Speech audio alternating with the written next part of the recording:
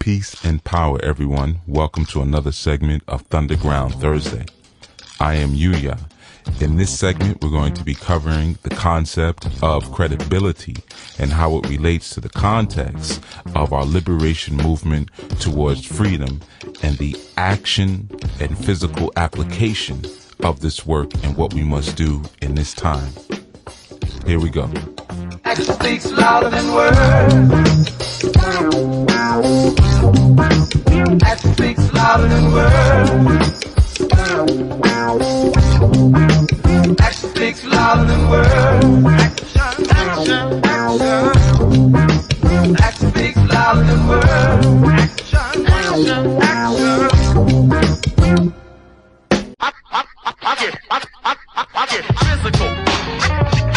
I get physical. I get physical. I get physical. I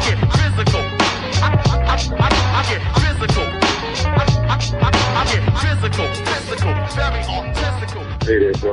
This is, you know who? It's Colin, man. Had some thoughts on my mind, man. Just walking, trying to get rid of this stomach a little bit. And I just, I came to a realization, man. Not that I didn't think about this before, but I'm just, like, kind of coming to a concluding truth, man. There is no way you can, and not so much that I'm trying to focus on becoming great, but there's no way to succeed is what I want to address. Is a man without a support team. I'm looking at Floyd Mayweather, man. His success came from having you had the skill, but skill and dedication, hard work alone, all that stuff that he put into his career alone doesn't make you successful. I think it's the team around you. That's why I'm looking at like simple, small things that people may overlook him understanding. He put that whole money team idea together, and he makes sure that they feel like family, and he invests in his team from their support. And it's like that's on one level. Even in for my finite understanding of polygynous relationships, stuff like that, it's the same principle. Even in the church, the pastors, preachers, they get a support team around them. In corporate America, it's the same thing. I need a team. So there's an idea that I'm starting to understand, man. And it's like, when I reflect on my situation, it's just completely the opposite, contrary. That's not what's happening on my end, and it's quite frustrating. Call me, man, so we can talk. How you doing? Doing well. So, I felt it appropriate to start the segment off with that voicemail I received this dawning, and mainly because that voicemail is really the impetus for me doing this segment. I was going to do this segment as a video, and I probably will still do an addendum video because I felt it was time to do a video on being credible, or what is really credibility, or a creed. We'll get into that a little bit later. And as I was going through my messages this dawning, because I work with people all over, so a lot of times because of the time zone differences, I get calls for me throughout the night, so I have to check my messages pretty frequently. And a lot of times that means I wake up to crisis, or I wake up to people needing some form of counseling. Now, this individual not necessarily needs counseling, but I would say we have talks often. We've known each other for a long time, and it's more of a brotherhood gathering when we're able to speak, and it's something that we both value greatly, you know, that sense of brotherhood. And you can hear it in the message. You know, you can hear not only the disappointment, but you certainly can also hear the frustration. And this disappointment and frustration is a product of what I call brotherhood deprivation. And this is the reason why some of you know, who have met me in person, we might be on a street corner, or you know, in a closing coffee house, or in front of a closing coffee house, and we may stand there talking for 4 hours or 5 hours if we run into one another, or if our angles coincide, rather.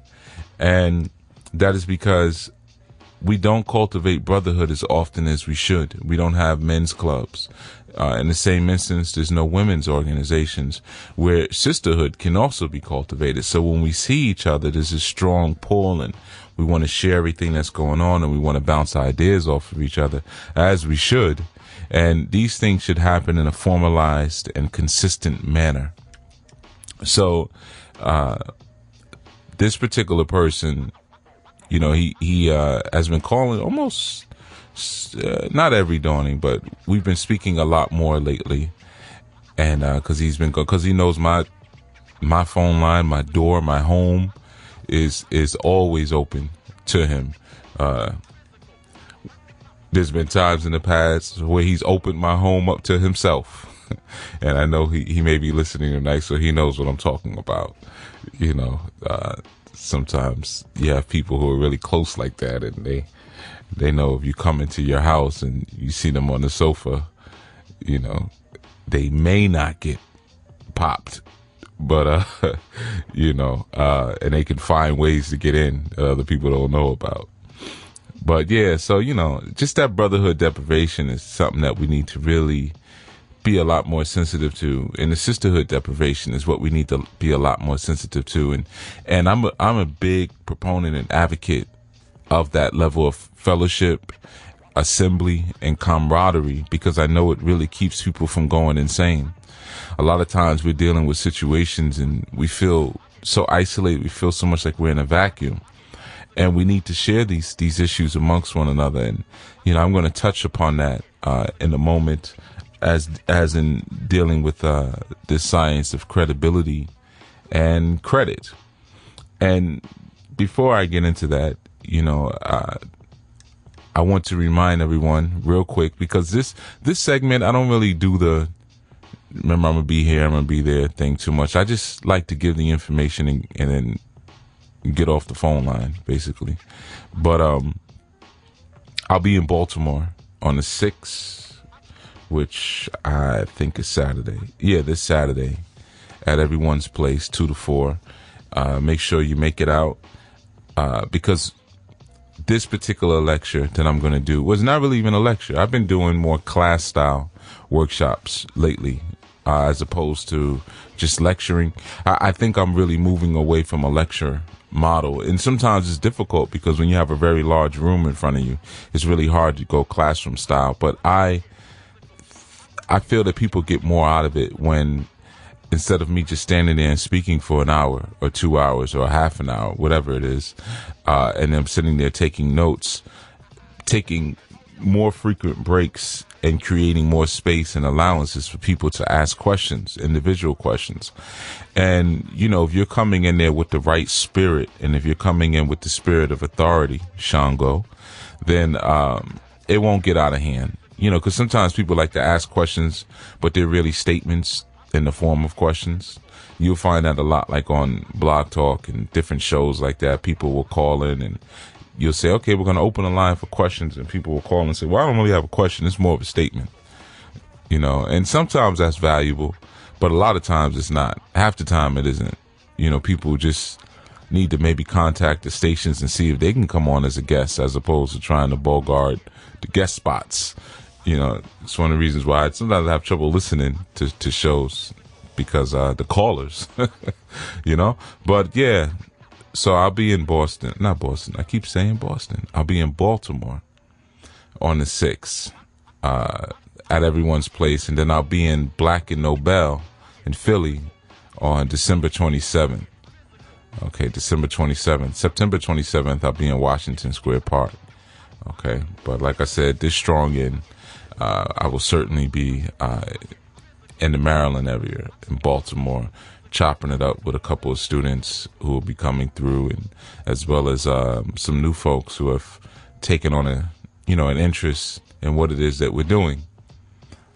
But back to Thunderground Thursdays, because I really want to tap into this message, and that's why I didn't really wait for myself to do a video. You know, videos are not really my something I really enjoy doing that much, and I don't walk around with I have my camera, but I don't always carry my phone. I don't always carry a phone. I typically don't carry a cell phone. I'm still kind of in the 80s with that. You know, if you get me, you get me. If not, leave a voicemail. I'm still on it like that. So I don't always have a recording device, but I usually keep some type of audio recording device just in case I have an encounter that I feel like is recording worthy. Okay. So, I'm not going to wait to put this on camera. I just feel like it needs to be put out there now. And when I got that voicemail this dawning, that was my confirmation. Yeah, just do the show, because I was going to actually do it on something else. But you got to go with the flow of spirit. When you go with the flow of spirit, then, you affect people in a way that you may not be aware of, in a needed way, in a crucial way. So for a moment here, let's speak about credibility. Okay. And I'm going to take this back to our leadership series, when we were really dealing with the science of, and we still are, science of leadership, and the things that we need to look for within ourselves, and the things that we need to look for in those who we want to posture as leaders of our community or leaders of our organizations. Of course, I tend not to use the word organization much, because we really don't know how to organize. And when we do organize, most often the model that we're using is one from an alien culture that doesn't necessarily always work for us. So I'm more akin to the statement or the term movement, because sometimes when we organize, we just sit still. We organize ourselves into lagoons and swamps, as opposed to organizing ourselves into tidal waves of action. So movements. So sometimes the people we look for to head up our movements, head up departments in our movements, head up initiatives in our movements, or sometimes head up our families, and when we're looking to do the same internally, these are some of the components that we need to look for. So of course we covered a few. We covered honor, we covered integrity, we covered character, and now I want to speak about credibility and its significance. All right. So let's first get into what credibility actually is. Of course, like our other components that we spoke about in terms of identifying what we'll call the warrior code, or identifying correct and natural leadership amongst those who, again, would position themselves or call themselves. I mean, I know in especially certain communities, you have people who have now taken on this militant persona where they call themselves generals, or they wear clothes that are military fatigues, and they have now postured themselves as some sort of army of one, or army of the people. And people do these things in order to help establish credibility in their movement or their brand.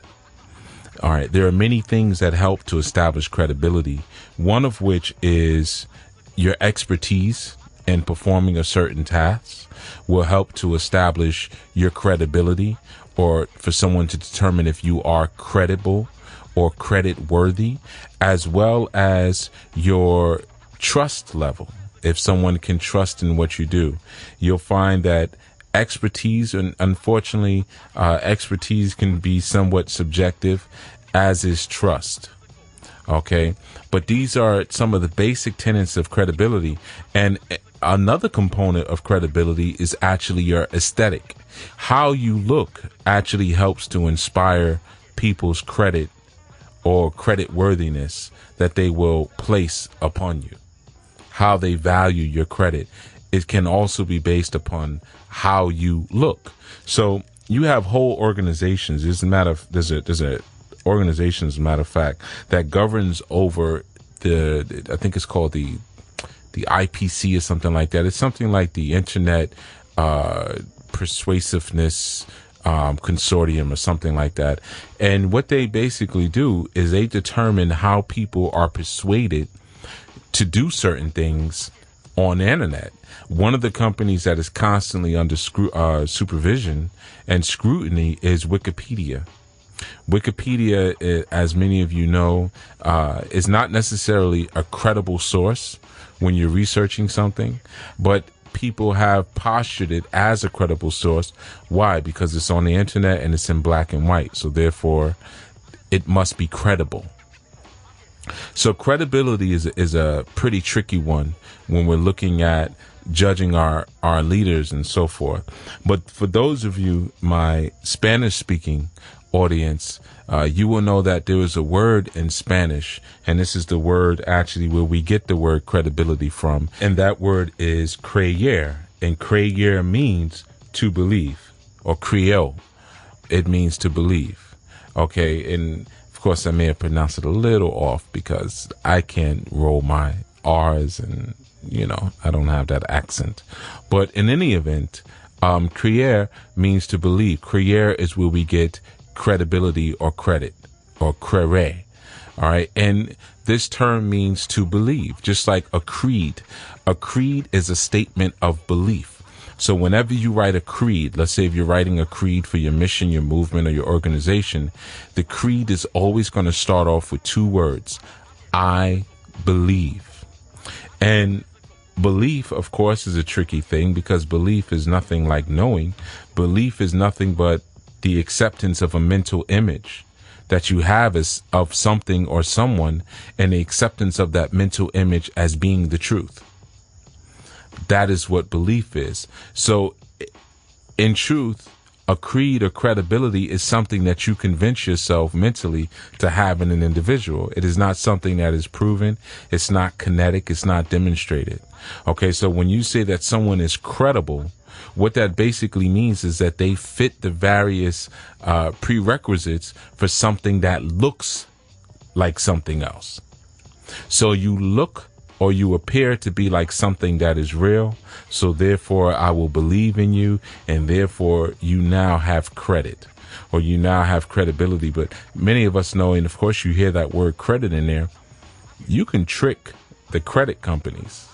So therefore, can you be tricked to give someone credit for something that they don't necessarily possess? For instance, if you understand the origins of the word belief, originally it came from Galab, and Galab, which is a German word, because that prefix of the B was attached to it later, because belief, is spelled Belief. So it's the leaf is the root of the word, and the B was attached to it. And this is kind of a very tricky attachment. It really didn't belong there, because when we speak about something being, we understand that being is a product of faith, not a product of hope. Okay, which is or desire, which is one of the tenets of belief. But when you understand Lab or Galab represented one's desires, or the things that we had a propensity to, or the things that we had great affection and care towards. So if I believed in something, or Galab, it was something that I wanted or desired to be able to draw up a mental image of and accept it as truth. But it wasn't necessarily that.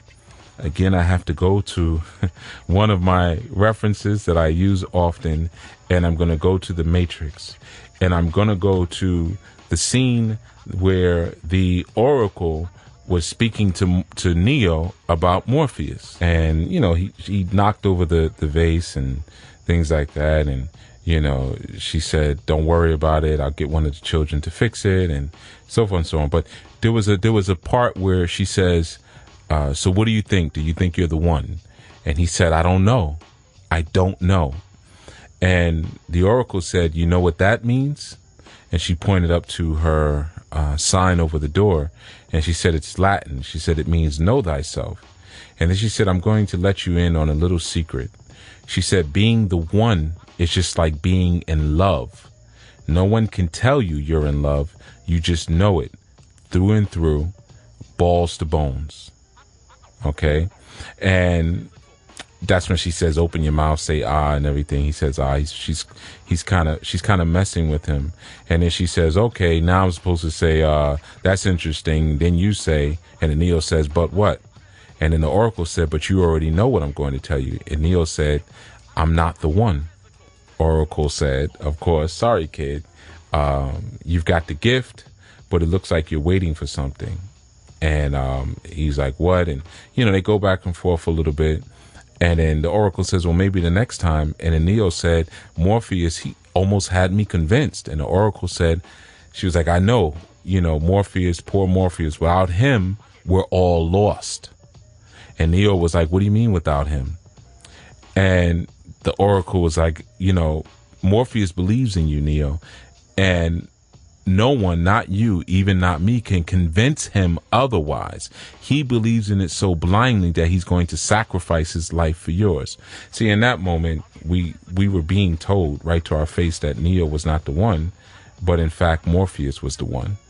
And Morpheus saw Neo as credible because Morpheus believed in Neo. But in fact, the believer was believing in something that was a pale reflection of what the believer was. Because it was really Morpheus who was the one, not Neo.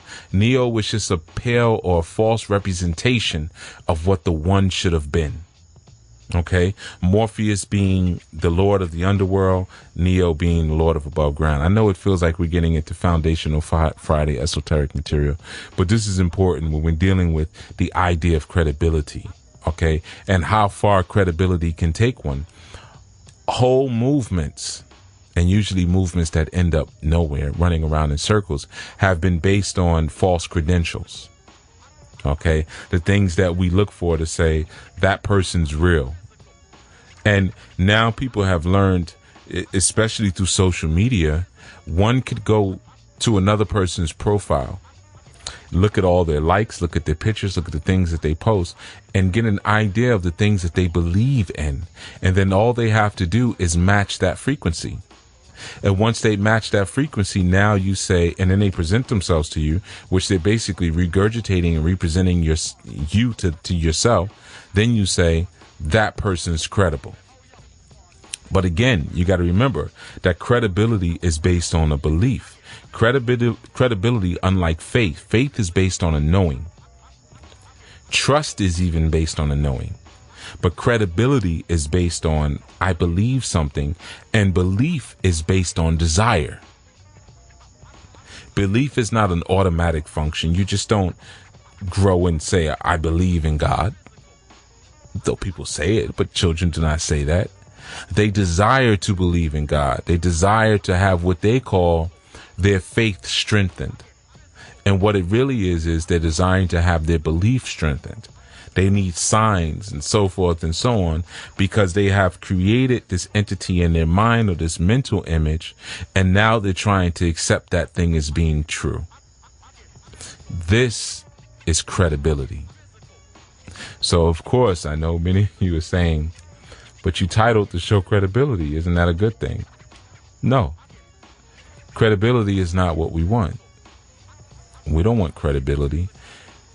Trustworthiness is different. If you're trustworthy, trustworthiness comes as a product of repetition and pattern and demonstrated effects. That's where we get trustworthiness. Now, some people will say, I trust you or I don't trust you. And trust is really based on knowing. It's not based on a feeling or believing. Trust, even though we think belief is an emotional thing, belief is actually an intellectual thing. Okay, because again, it's a mental image that's conjured up that we're trying to accept as being true. Now, the tools that we use to accept that image as being true is we use emotions to trick ourselves. But when you're dealing with trust, you're dealing with history and patterns. So, for instance, I trust wasp. I trust hornets. I trust red ants. I trust rats. I trust that if I get into their space in a way where they feel threatened, they're going to attack me. I can trust that. Okay? So I trust them. I trust snakes. I trust beast. I trust the devil. I trust devils. Okay? Because I trust them based on their pattern and their history. Okay? So trustworthiness comes in when we're dealing with the warrior code as a much higher vibration and frequency and knowing than credibility. So we see that one of the key components of trustworthiness is the ability to forecast and really map out a repetitive state or repetitive actions by that person, entity, or situation that you are seeking to put your trust into. You have to see that individual or know that individual, be able to predict their actions and their movements. Okay. And in order to predict someone's actions and movements, there has to be some other elements in place. One of the other elements that is usually in place is that individual is willing to be open to share vulnerabilities with you. It's hard to trust someone who's not vulnerable. When someone is keeping secrets, when, a lot of times when you look at like interviews with entertainers and, not just entertainers, but what I find also with a lot of quote unquote spiritual or communal leaders, you're going to find a common thing that a lot of them do, and that's sunglasses. They do not like to show their eyes. Okay. And what that is they don't like to be vulnerable. They don't like you to see, like they say, the eyes are the windows to the soul. There's a lot of truth in that. There's a lot of truth to that. So you'll find that there's always some level of guardedness or agenda that you can sense that's working behind the expressed agenda. There's always something else kind of working in the back end. And that doesn't allow you to create any systems of forecasting with the person once you're not able to really get in. And once you can't create a system of forecasting, or you feel like there's no ma'at between you and that individual. Okay, this is why the relationships that were brought from ma'at was so important, because ma'at worked on one of its valued principles, was reciprocity. So I give to you, you give to me something of equal value. Even it may not be the same thing, but we both know, we consider it from a contractual place, that these two things are of equal value. But when you're unwilling to show yourself or bring your full, going back to integrous structure to the contractual context, then I'm unable to actually trust you. If I'm unable to actually trust you, then now I have to rely on something else much weaker called credibility. I feel I want the person to be credible because I'm unable to truly trust them, because I don't have patterns of predictability and so forth and so on. So now I have to create this persona in this person that doesn't really and truly exist. And this is where we go back to the idea of belief. I want you to know there's another term that we use often that a lot of people may not realize is directly related to credibility, and that's Creole. If anybody's ever heard that term Creole, I mean, we have even a household cleaner named after it. But Creole is a term that's used for people of a certain racial origin that have been creolized by colonial invaders, typically European invaders. So when Europeans come into a space with non-Europeans, what they tend to do often, and it's a war tactic, is they creolize or they miscegenate, because it's really miscegenation, the population in order to create some level of loyalty and connectedness with that population. Okay, now we know that this happened, a lot of times here in in the States, we have a term that we call French Creole. In French Creole, we talk about these people from the New Orleans area, and of course they have a different look and so forth and so on, and we even acknowledge them as a separate, well, some do acknowledge them as a separate racial identity, those who have been creolized. But understand that creolization is a process. Okay, so there was a time when the Portuguese, when they were capturing people from West Africa and they were miscegenating them, they would call them the Creoles. Okay, and these were the people who had Portuguese blood, or their gene pool had been invaded by the Portuguese gene, and this is what creolized them into this new form. It's almost similar to what happened on the Port of Riches, where you had the Taino, you had the native, and you had the Italian, and they came together in different ways under different auspices, and they created what we know to be today as the Puerto Rican. Okay, but this was actually really another form of creolization in many senses, where there was, again, an intrusion on a gene pool. Now, what's really important about this is that when we look at the term, again, credibility, or we look at creed, and we understand that it comes from the Spanish creer. And remember, when we're speaking about Spanish, there's some certain languages that are very close to it, such as Portuguese, such as the Italian language.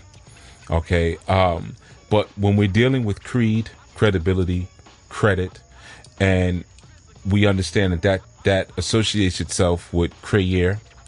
Creer, meaning belief, associates itself with the word Creole or Creole. And Creole or Creole means to create. In fact, Creole, which is spelled Creole, means to raise. And specifically in context, Creole means to raise someone under your household. Okay? That is the definition and the understanding of Creole. Creole means someone who was raised or who was brought up. It also means, it comes from the word create, which comes from the Latin creare, which is C-R-E-A-R-E. And that means to create or to produce. So in fact, someone who claims Creole or Creole is someone who is claiming that they were produced, they were created. So now, again, let's take this back to our understandings of credibility. Credibility, now associating itself with those same terms, means that you've now raised or produced this identity. Just like we have new racial identities under the form of the auspices of a Creole. And just so you know, a Creole is just not localized to New Orleans. That term is used in the Caribbean. It's used in Honduras. It's used in Liberia. It's used in Nigeria, Sierra Leone. It's a whole bunch of different places. Australia. And, you have Haitian Creole, you have Louisiana Creole. So it's when we speak about Creole, we're speaking about a process, not necessarily just one group of people in one area of America. Okay. But more importantly, that Creole or that credit is something that is produced and it's fabricated. It's artificial. It's artificial. Just like credit. What is credit? Credit is nothing but a number that is signifying an artificial amount of currency that you hold somewhere. But you don't really hold. It's just a number in a computer. It's just a file. Okay, we'll give you $2,000 worth of credit. Are you really giving me $2,000? You're not giving me $2,000. You're giving me a number. And you've been able to make someone else believe that that number is something real. That's a creolization. That's credibility. That's credit. And I've been able to convince you that I'm credit worthy. Now, we have millions of people who have poor credit. Well, how did they get poor credit? Because first they received some form of credit that they didn't earn or deserve. And they then showed what their true credit worthiness was. And oftentimes it falls into the category of poor. So when we use criteria of credit to judge our leaders or to pick and choose our leaders, in fact, we're producing and we're creating the very thing that we want to see. We're not coming into contact with it as we would if we were looking for something that was credit worthy. Something or someone that's credit worthy has already proven its predictability. It's already proven its value of reciprocity. I've given you this. Okay, you can forecast where I'll be, what I'll do. I come on time every time. Just being punctual is very valuable when establishing trustworthiness. That is so valuable.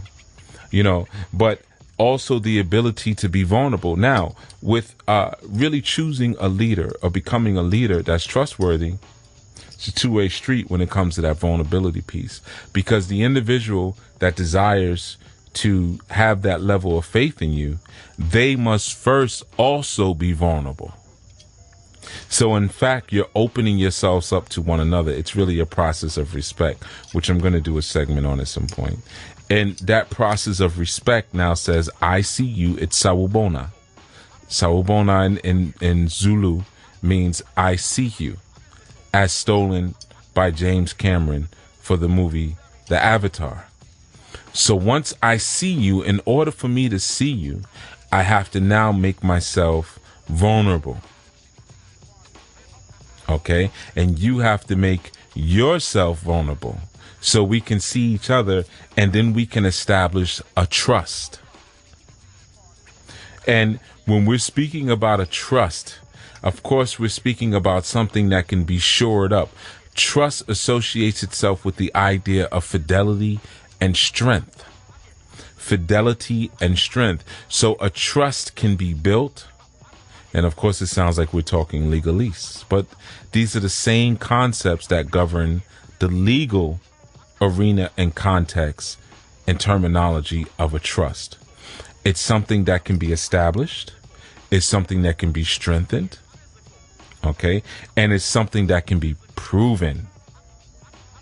Most importantly, it is something that can be proven, and it's not of subjective validation like credibility is. Credibility is subjective because it is based on belief, and belief is based on desire. We do not all share the same desire. So we do not all share the same desire for everyone to be the same thing in the same place. So someone can step forward and say, I'm a leader of the people. I'm a spiritual guide. I'm a spiritual leader. I'm a spiritual warrior. And based on our personal desire towards that personal desire will govern our level of credibility, because we only need them to be this credible or that credible. It's very similar to a politician. With a politician, credibility comes into play in a very strong way, because when they promise you 10 things, you're just happy if they deliver on the one thing that you desire.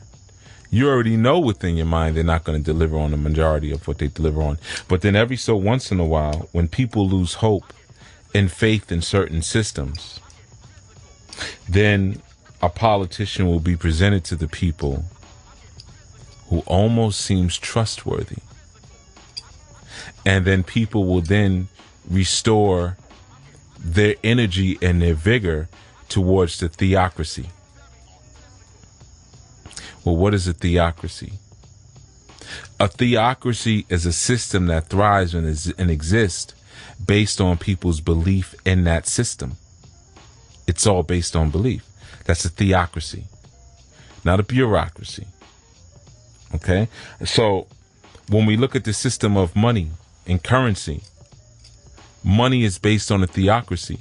And we've had so much information exposed to us at this point. We know the money's not valuable anymore.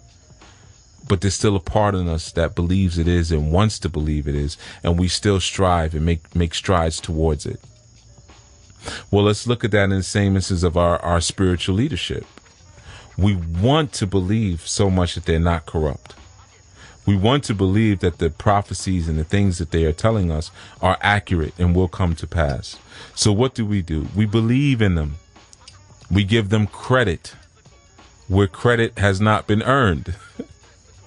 We give them our belief so that we can accept this mental image that they've given us of themselves so that we can accept it as true. But we very rarely will say, this individual is trustworthy. This individual I have faith in because of the factors of my ability to forecast what they're going to do, the reciprocal exchange of values, of goods and services. Okay, so if I go to your service or your temple and you hand around a collection plate and I can sit and do the math and I say, well, hey, every time we do this, I know you're collecting at least $2,000-$3,000. And if we're meeting, 4 times a month and you've collected $2,000-$3,000, then I know it's somewhere, gross, we have at least $8,000 before we start paying rent and bills and things like that. So if I now come to you, I should have faith and trustworthiness that I can come to you now, and when I'm short on my rent for $400, that you would be able to give that to me.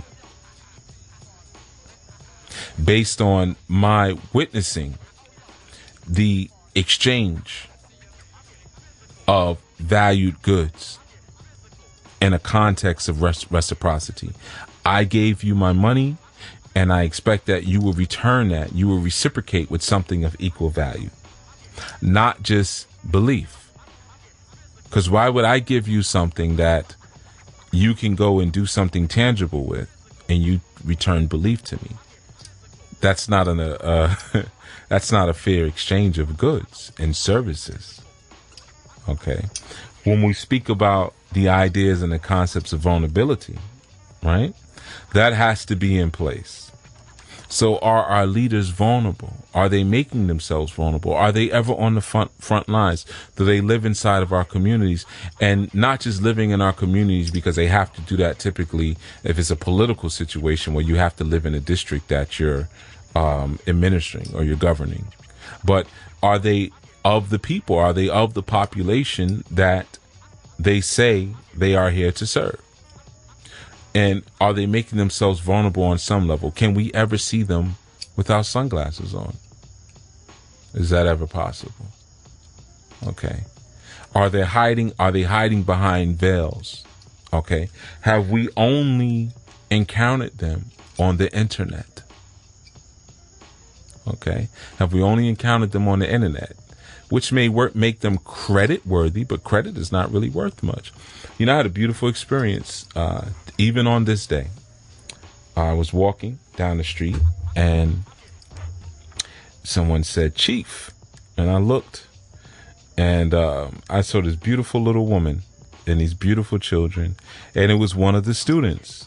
We were walking down the street at the same time, and we never had an opportunity to meet each other in person, though we did make plans to do that because she's somewhat local. We're in different states, but she's somewhat local to where I am. So, yeah, I'm walking down the street. I'm real. And you're walking down the street. Okay, that strengthens the trust factor between us. Okay, and it was an interesting side note. I'm also in another space doing some movements and handling some things I had to handle, doing some spiritual work. And I ran into a close friend who lives on, well, not a very close friend, but someone, whenever I see them, she and I, we have a lot of very interesting banter back and forth. And she lives on a completely different continent. And, I saw her just, a time ago. And I'm walking, and she was sitting in a chair, and she was here doing some commerce. And I said, wait a minute, what are you doing here? I thought I was seeing a vision, actually, because I'm like this, certain parts of certain continents, that it's very difficult for people to leave. So when you see them, like in America, it's like, whoa, what are you doing here? And I had that experience. So that strengthened our relationship. Okay, and she explained how she made it over. And actually, she's going back in adorning. So it was meant just for me to see her when I did. Okay. So what I'm speaking about here is the establishment of a trust. And by establishing trust through proven and demonstrated actions, not just through my ability to make you believe something by my language, or my ability to raise something, again, going back to the Creole. The Creole is a creation. And I want you to remember, now some of this I know is taking us into Foundational Friday territory, but now I want you to realize that things that are created are not necessarily birthed. So something can be created without being born. For instance, Orisha are created. They're not given birth to, but they are created. We are born. The Ori is born. The destiny is born, is given birth to by Olodumare. Spirits are created. So when we understand the science of the Creole, we're speaking about an identity that was not born. This is not a natural phenomenon. But the Creole or belief is something that is created. It is a facsimile. And anything that is created out of the matter of thinking, out of the matter of the mind, is a product of materialism, which rules now it lives now in the realm of Satan or Set, the archetypes of materialism. They're not real. So anything that you give your credibility to is not real. Just like your credit card. It's just a piece of plastic. Your credit card has no more value than your library card. Or your Bally's card, or your whatever. The juice bar that keeps punching your card when you get 10 drinks, you get a free juice. But you have a belief in it. You have a belief in the credit. You have a belief in the credit that the politician gives to you and says, I will do this for you in the future. But your forecasting, your trustworthiness, your component of trustworthiness knows that in your forecasting, this person is not going to perform this task. They're not going to do this. But you still have a desire to believe. Okay? Your trustworthiness comes from dependability. Can you depend on those who are saying they represent the warrior code? Are they worthy of your secrets, which is what we call confidence? That's that vulnerability aspect. Do you have a concern that they may be an agent? Are they responsible people? True and trust come from the same root, right? And we have a term that we use sometimes called tried and true. Tried and true means what? Well, tried means something that has been done. True means something that has strength to it. Tried and true. Something true is something that has held up under the pressure of its expectations. It's held up. How many of these leaders do we posture in these positions that we've never seen hold up under our expectations, or in fact have buckled under our expectations, but then come with something that reinstills our belief in them? And you have to remember, when I say something is in the realm of Satan, that is not a knock, but what that basically means is this: anything that God creates, Satan emulates. But Satan always makes a fake copy of what God makes. That's why they say that mankind is carbon-based. Make a clear note that they do not say man is carbon-based. Make a clear note that they do not say mankind is carbon. Man is carbon. That's what was given birth to. Carbon's an element. We know that. Man is mem auf nun. Woman, man, child. Mankind is a replication of man. And it's carbon based, meaning it's not carbon. It's not the God element. It's based off of the God element. It's a facsimile. It's a hologram. It's a projection. So these people who are posturing themselves as leaders in this sense, they're false projections, seeking your credit, seeking credibility. So they would do things. You know, you'll have people that will fake getting shot, will shoot themselves in the leg for street cred. So they can have some street cred. We speak about that a lot. Oh, your street cred. You know, well, in certain places, when I was coming up, we spoke about thoroughness. How thorough are you? You know, and if somebody said you were thorough, that gave you like the stamp of approval. He's okay. You can speak around him. Okay? But we base that idea of thoroughness or realness off of something that was proven. You even saw it in the music industry. There was a time when people who dressed the way I used to dress at a certain time were not considered to be trustworthy. And then eventually that look became the R&B thug look. So that became the way, a headband on and some black leather gloves and a tank top, you know, and some boots, some construction Timbs. And, you know, this was now considered the look that now gave the person the credibility of someone who had gone through some very rugged situations. When I was much younger, I used to wear boots all the time. I didn't really like wearing sneakers because my thing was always, if I have to kick someone or stomp someone, I need to have something that's going to be effective, because that was the environment that I was in. Okay, when I wore a headband, it wasn't because, or a bandana, I used to wear one all the time, it wasn't because it looked cool, but because I could easily tie that to my face.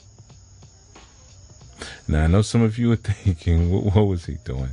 But, you know, when you're doing community work, real community work, you're going to have situations where you need to cover your face, or you need to defend someone from something, or defend yourself from a real attack.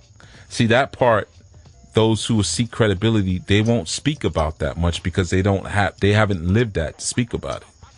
They haven't been called up to a space because someone is being harassed by those who are purporting themselves as law enforcement, but they're not really law enforcement.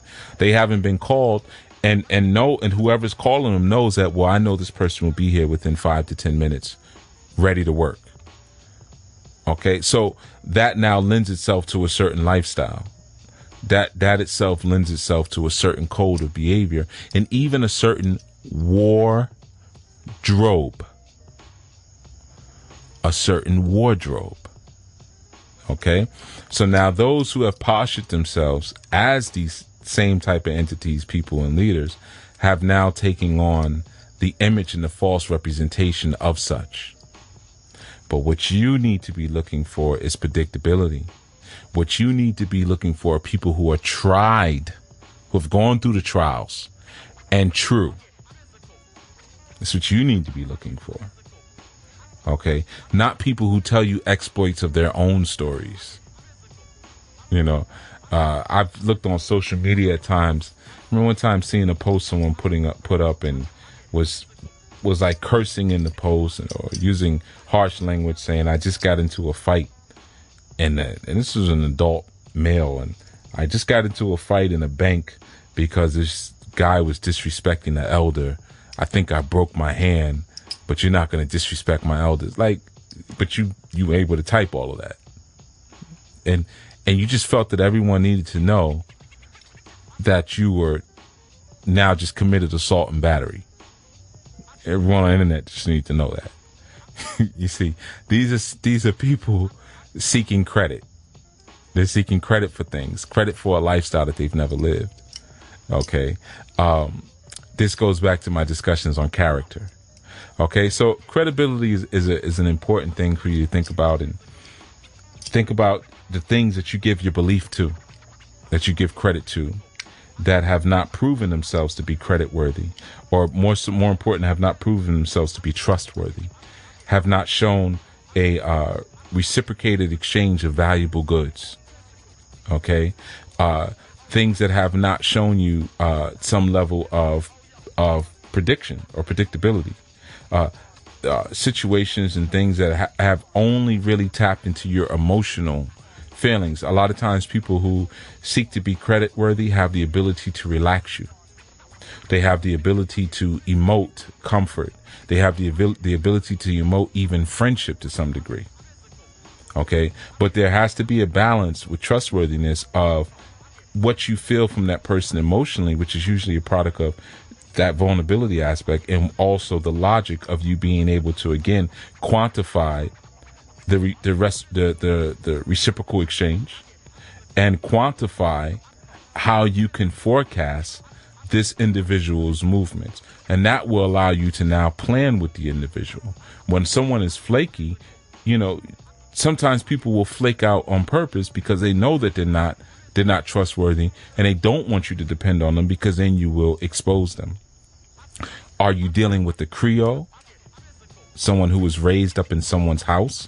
Remember, that is our defining point of a Creole, and we have to always ask whose house. Well, of course, when we're speaking about colonialization and we're using the term Creole, we're speaking about someone who came in and said, okay, I'm going to miscegenate this population, and I'm going to raise them under the doctrine, norms, and principles of my household.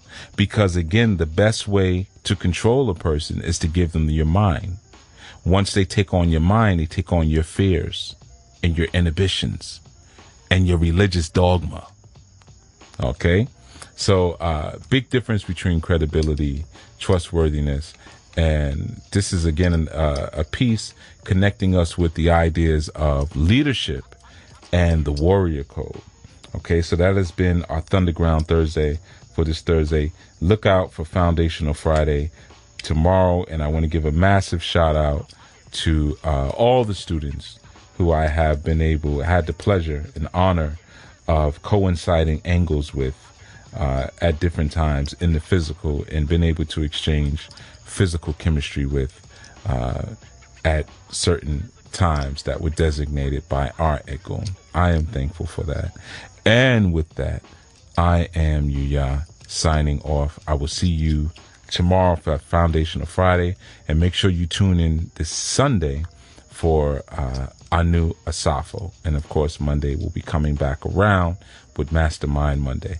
Got a whole lot going on, a whole lot of content for you. And before we leave, the voicemail that you heard earlier that was left speaking about teamwork. Well, how does one gather a team to them? By being trustworthy and predictable. You have to be consistent. You have to show consistency. Even if it could be something as simple as a blog talk show. You put your show out there, nobody's listening. And it may be like that for a month or two. No one's listening. Consistency. When people can trust and know that you will be there, they will be there. Like I say, you build it and they will come. Consistency is so important. This is something that Floyd Mayweather has mastered. He's consistent, and sometimes that will make someone who's mediocre become one of the greats. It's not about your talent all the time. It's about your ability to follow through and complete. And when you can follow through and complete your endeavors consistently, people then put verified faith in you, which is much more powerful than belief, because faith, again, is a product of knowing, and knowing what has been evidenced and demonstrated. It's that Amun aspect. Okay? So with that, that has been our segment. I will speak to you again tomorrow, Foundational Friday. Make sure if you like this show, you follow it on Blog Talk. Click the follow button, leave comments and great ratings on iTunes, leave reviews for the books, sign up for the classes, all that other good stuff. But let the world know, share these shows, share the information, spread it around, and you're going to understand why. I'm going to speak on the science of sharing a bit at this Baltimore lecture that, we're going to be doing this Saturday, and the spiritual significance of that and how that ties into our spiritual studies. But until next time, Uhuru Sasa. I'm sorry, kiddo, I really am. You have a good soul. And I hate giving good people bad news. No. Don't worry about it. As soon as you step outside that door, you'll start feeling better. You'll remember you don't believe in any of this fate crap. You're in control of your own life. Remember? Here. Take a cookie. I promise by the time you're done eating it, you'll feel right as rain.